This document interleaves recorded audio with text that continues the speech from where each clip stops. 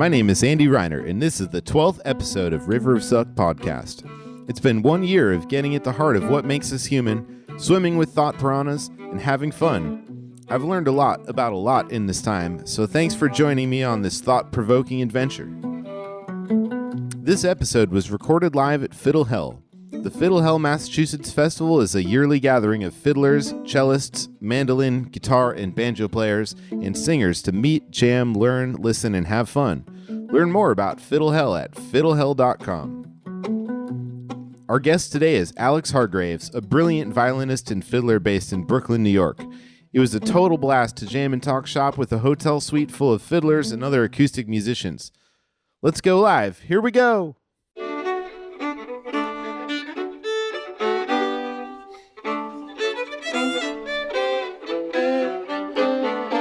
Welcome, everyone. We have a live studio audience here today for Fiddle Hell. We're all here together. We have hundreds of fiddlers in one hotel. Our next victim on the River of Suck podcast is Alex Hargreaves. Hey, everyone.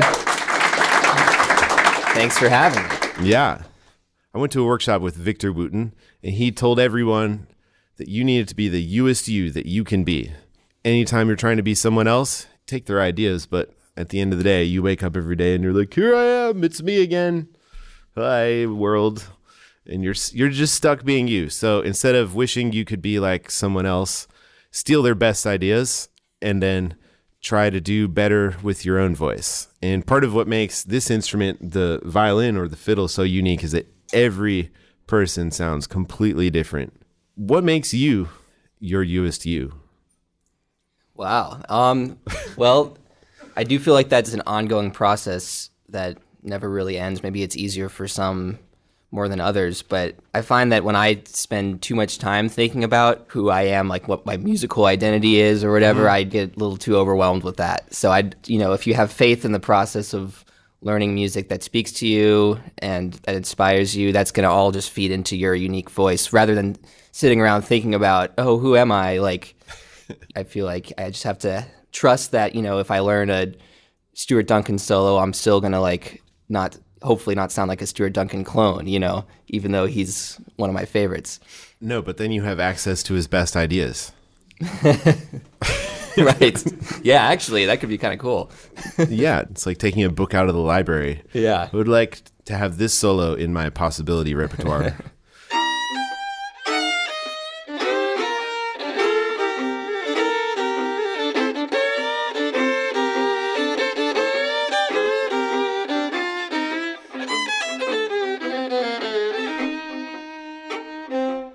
Yeah, I don't know. Maybe some people have different experiences with it, but I feel like it's kind of just a never-ending process. And as long as you keep exploring things and being true to yourself, I think that's all you can really do.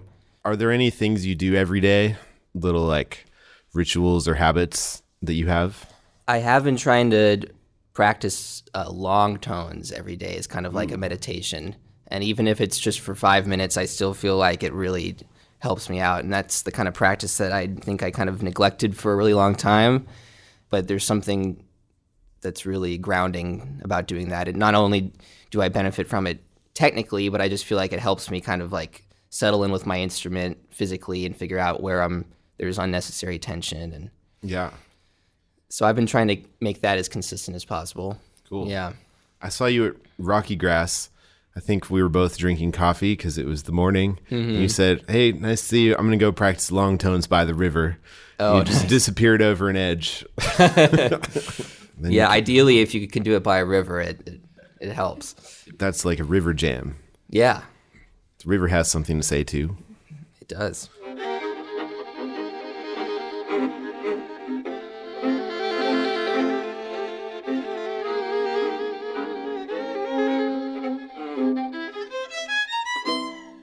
Yeah, Colleen. I would like to know what a long tone sounds like. Oh, what is the long tone? Great question. Well, I'll do it sometimes with the metronome, sometimes without. With the metronome, I tend to do it at like 40 or slower, like 40 equaling the quarter note. Depending on how I'm feeling, sometimes I'll do double stop scale, so I'm kind of like killing two birds with one stone and working on double stops at the same time. But if I'm really not feeling warmed up at all, I'll just start doing like a single note scale. Just literally really slow bows, being extra aware of how you're using your right hand.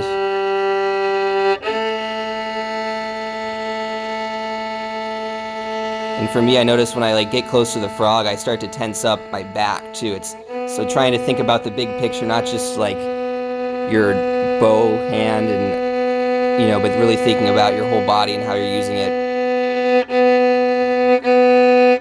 So that's what I'll do. Yeah. If I'm using a metronome, I'll try to get slower and slower because again, slow practice is so important. And Right. rather than working your way up in speed with the metronome, for a change, sometimes it's nice to try to do the opposite. And so when you have more space between the beats, it's, it takes a lot more kind of focus to stay in time. You mean metronomes are our friend? Sometimes. Use in moderation, though. That is important. They can be harmful as well.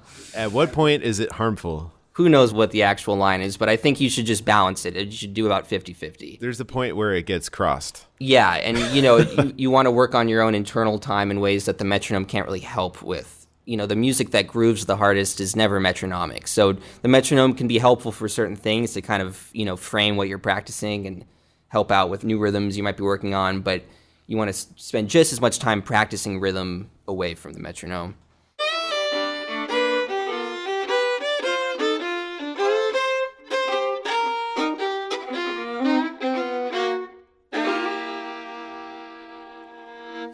So the River of Suck is a mythical river. You're standing on one edge. That's the comfort shore. Behind you is your comfort cave. And you can look across the river to see in the distance little tiny future versions of yourself who can do the things you wish you could do now.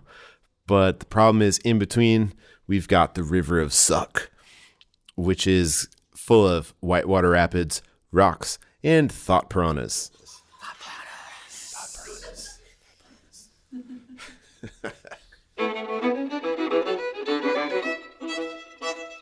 This is my friend Mary Schallert. She came here from Anchorage, Alaska.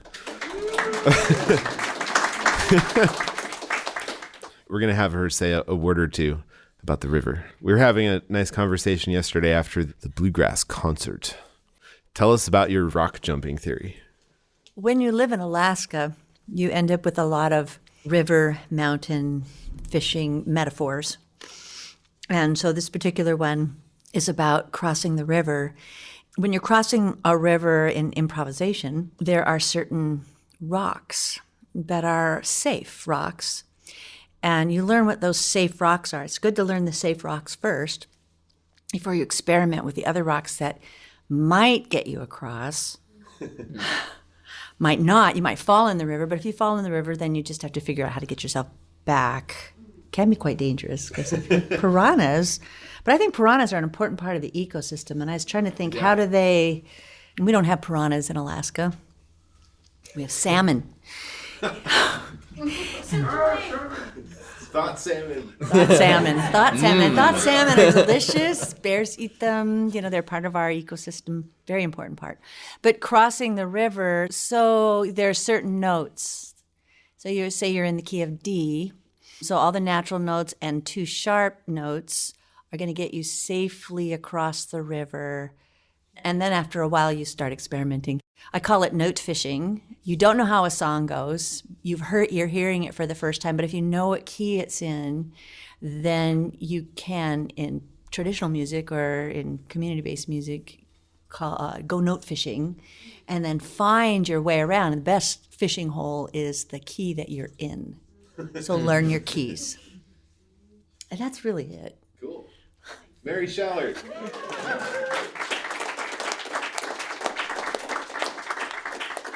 Special guest host.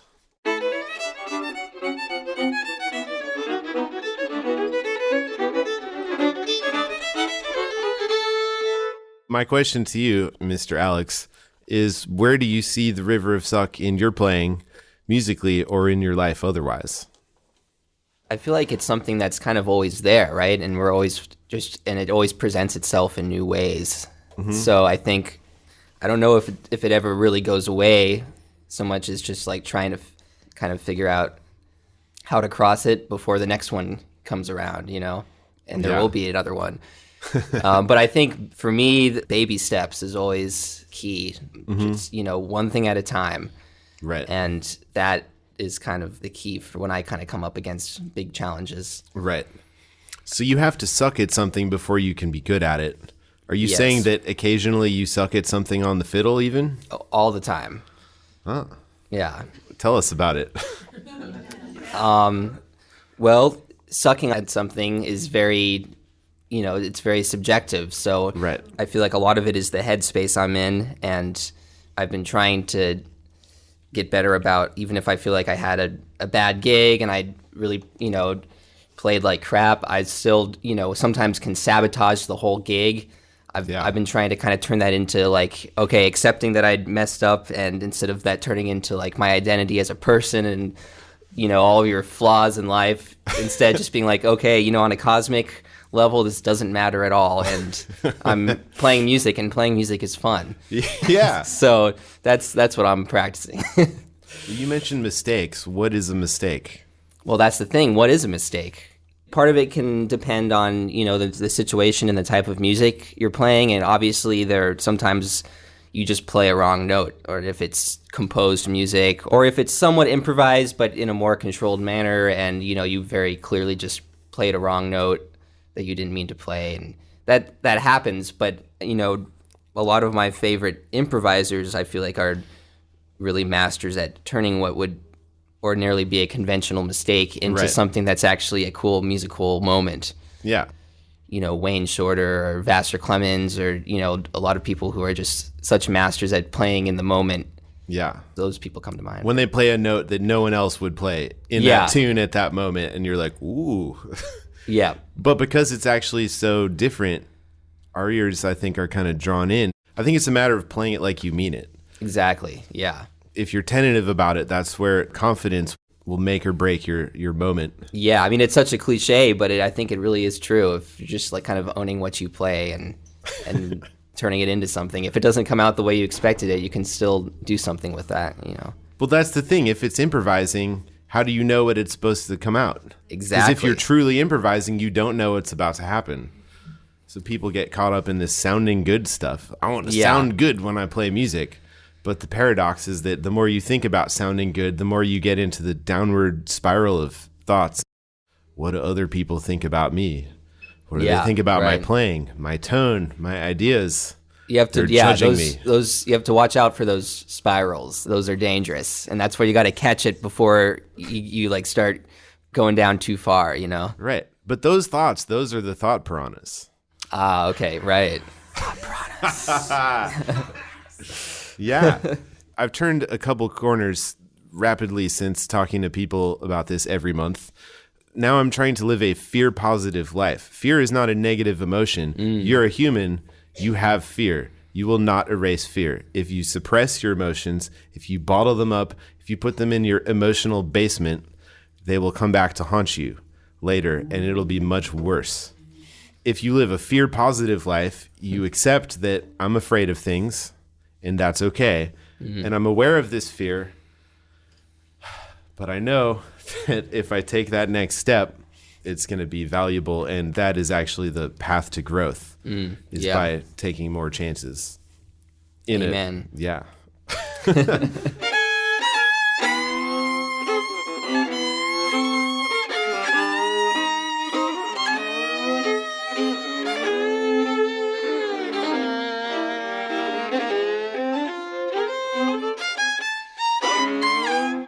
How do you live a fear-positive life? I'm just curious. Who in here can name an example of like facing a fear? Going to work every day. Going to work every day. Yeah. You can be afraid of public speaking, but force yourself to do it, and then it's easier every time you do it. You mean like what I'm doing? Performing the first time on a stage, Performing on Your a stage. bandmates. Yeah. Oh yeah, and then right. Totally. Yeah. An example that I recently heard was the idea of standing at the top of a ski slope and getting a lot of anxiety over standing at the top of it, and then starting and then realizing it's not as bad. Right. And Like, channeling fear into just like, we have to get to the bottom or otherwise nothing will happen. yeah. The longer I stand on top of something scary, the harder it is to make that first turn. You're standing up there like, oh God, this is scary. It's not like a musical situation where if you play a wrong note, no one gets hurt. In certain mountain situations, you know, if you fall, it could be catastrophic. So how do you make that first move confidently? You got to make that move. And then if you do it with confidence, it seems easy. If you do it and you succumb to the fear, then it's hard. And that's when you start tumbling. Try not to tumble. Yeah, Linz. How about practicing being honest with people even when that's scary? Ooh. Practicing being honest with people even when it's scary. River of Suck swim team member Linz Moran. Yeah. So that's the River of Suck. I think we should play a tune. Let's do it. You have anything in mind? I was thinking about a swampy version of Old Joe Clark in the key of E. Cool. I like the swamp. Yeah.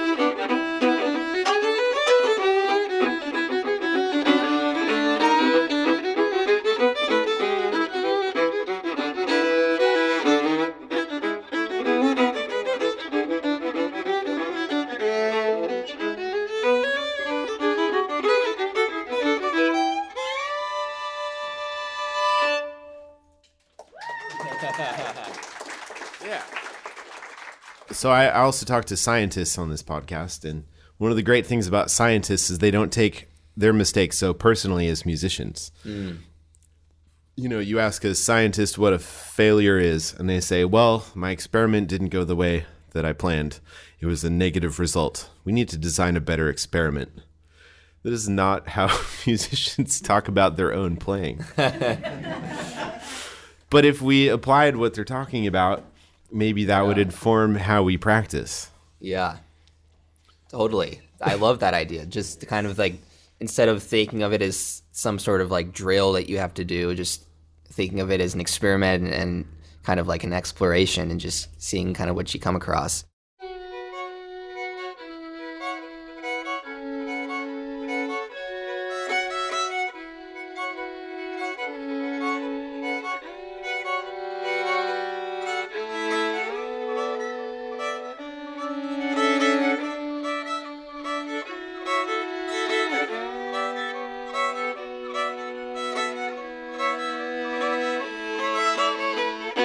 Here's the Oh, River wow, of look at Suck that. swim team Facebook group, and there's a picture of Alex Hargreaves, and people are asking questions.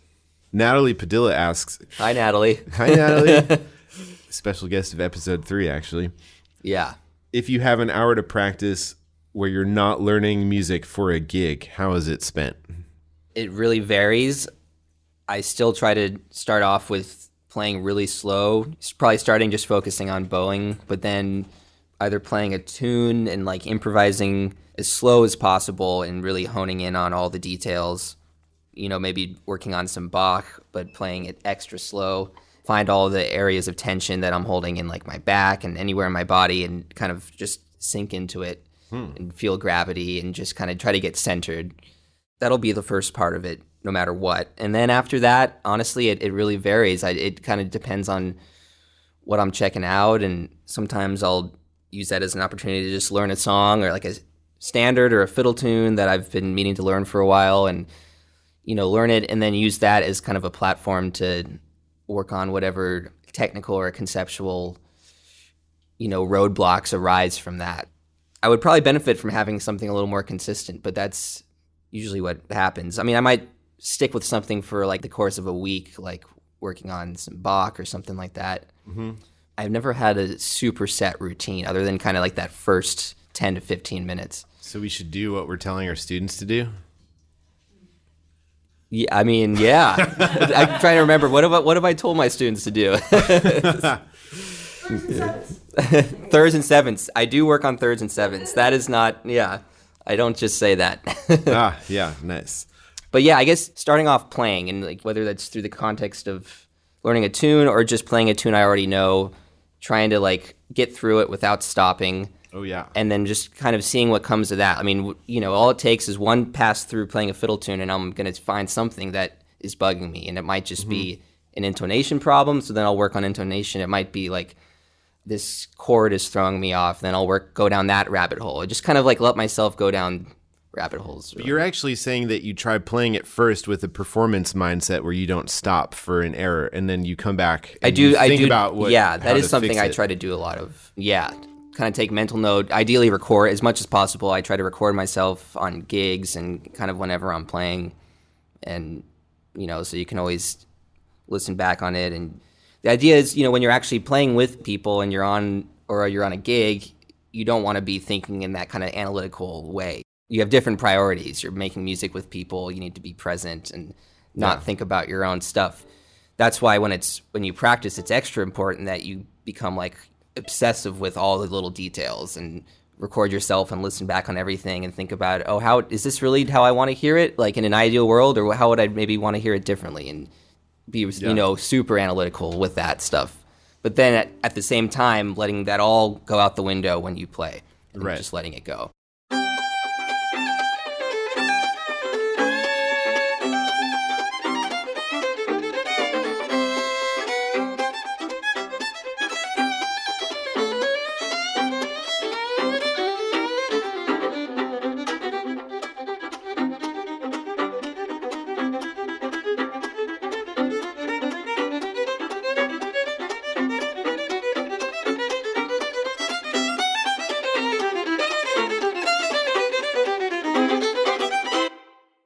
playing on the radio.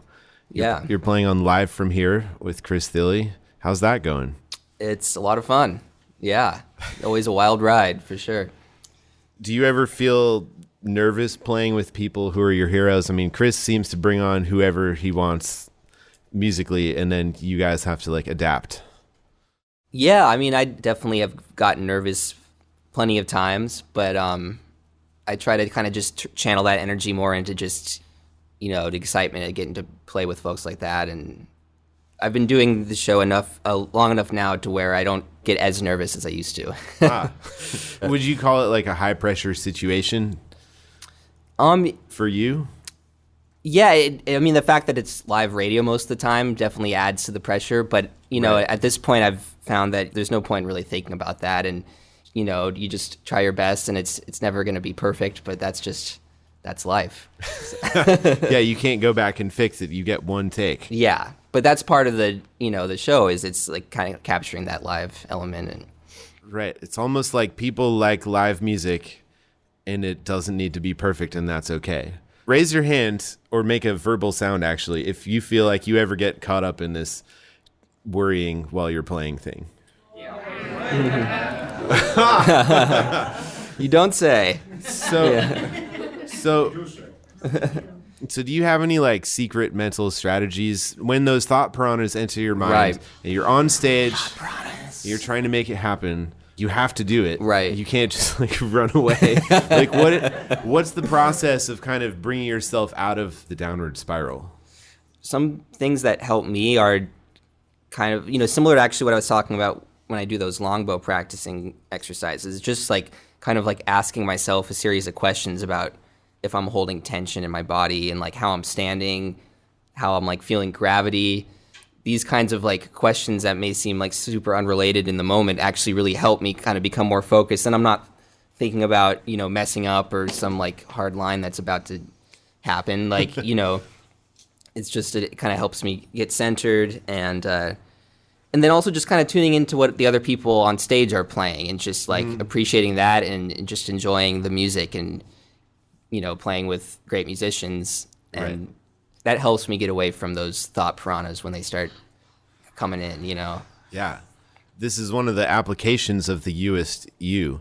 You're there because they wanted you. If they wanted someone else, they would have got someone else.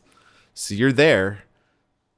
All you need to do is be yourself and be real. That's the way to do it. And being yourself means that you're not perfect because you're a human, not a robot.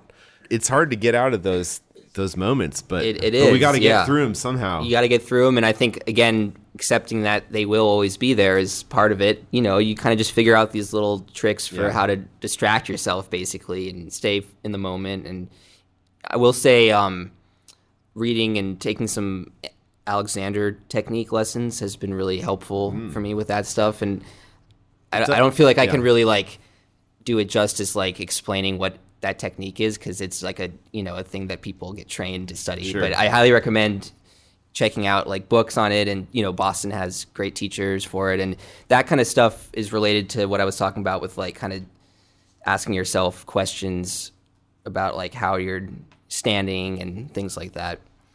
Well, as in Alex, maybe Alexander technique fits really well. Yeah, that's not my technique, just so you know. Sometimes I have to clarify that.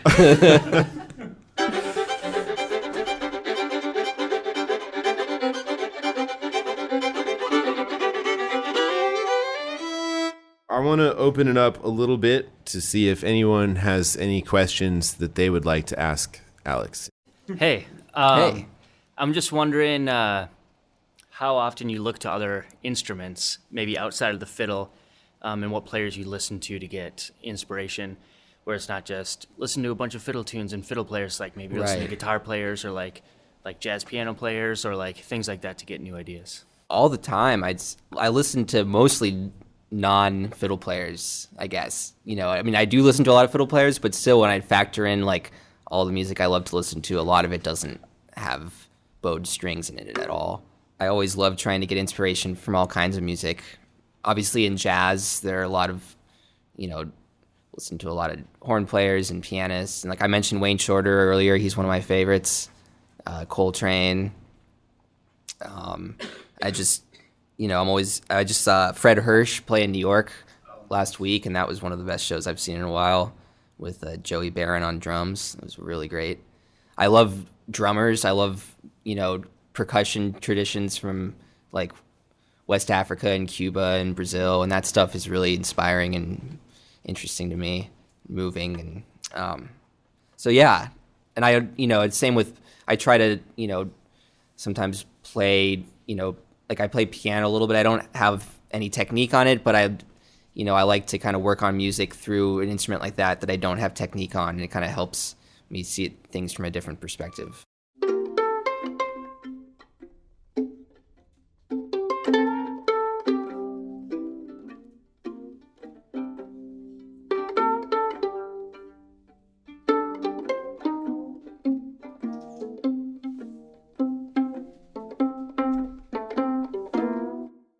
A question. Yeah. Do you ever play in different tunes, the two of you, in different tunes? Not a whole lot.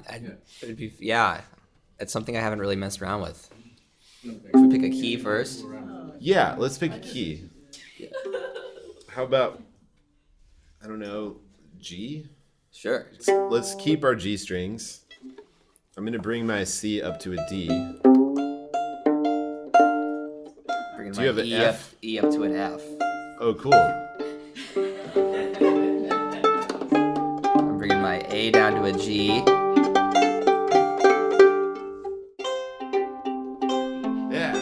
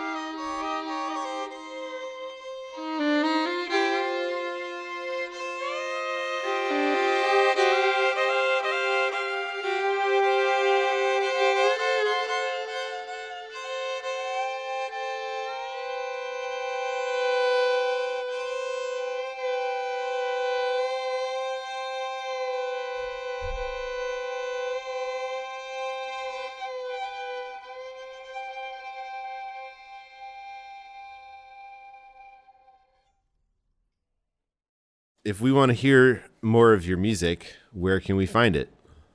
I've been playing a lot with this guy, Sam Ryder, and he has a band called The Human Hands with some good friends of mine, and it's been a whole lot of fun. It's based out of New York. Play with the Jacob Jolliffe Band. I recorded a record with them not too long ago.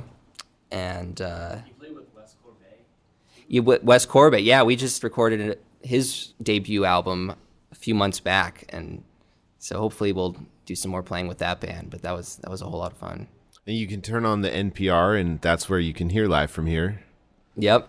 And you've got a solo record under your name? I do. It's a little outdated at this point, but it is out there. So your USU has like grown. That's has. Cool. Do you not want people to hear it? Because the old you? Oh, that, yeah. I mean, I will say I don't sell it very often because of that. But that's, those are the thought piranhas. Like people don't in. buy it, or you don't bring it to sell? Oh, I don't bring it to sell. Oh.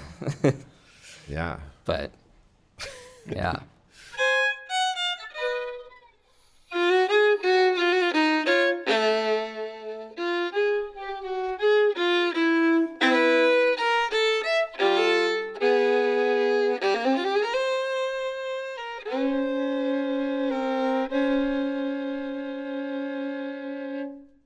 And now I'd like to present Alex with this River of Suck swim team shirt. Is it an honor? Thank you.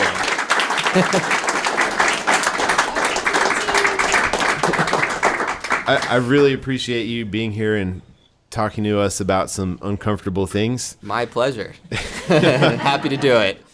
No one ever said crossing the River of Suck would be easy or that you had to do it alone.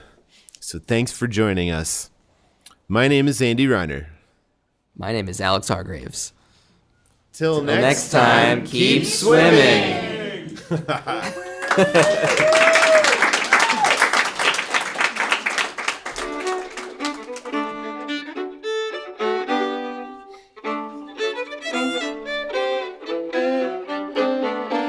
Thanks to the River of Suck swim team for your support. Join the swim team for $1 a month at riverofsuck.com to support the podcast in a big way, and you'll gain instant access to extended interviews and music downloads. For this episode, that means a pile of wild fiddle music. We'll see you next time for an interview with Dr. Temple Grandin.